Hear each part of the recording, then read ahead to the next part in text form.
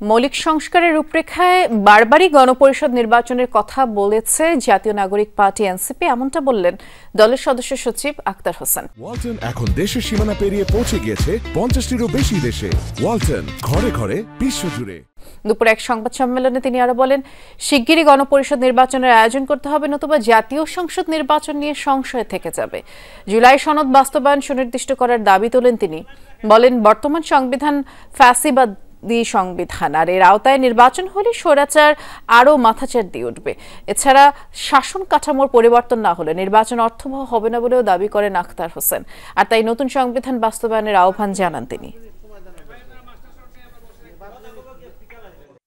যে সামনের যে নির্বাচন, সেই নির্বাচন জুলাই সনদের ভিত্তিতে হতে হবে। এই কারণে নতুন করে এলএফও করতে হবে, লিগ্যাল ফ্রেমওয়ার্ক অর্ডার করে। যদি আমরা সংবিধানের বিষয়টাতে নতুন সংবিধানের ব্যাপারে ঐক্যবদ্ধের ভিত্তিতে নির্বাচন আয়োজন হয়, তাহলে জাতীয় নাগরিক পার্টি যে কোনো সময় সেই নির্বাচনে অংশগ্রহণ করার জন্য প্রস্তুত।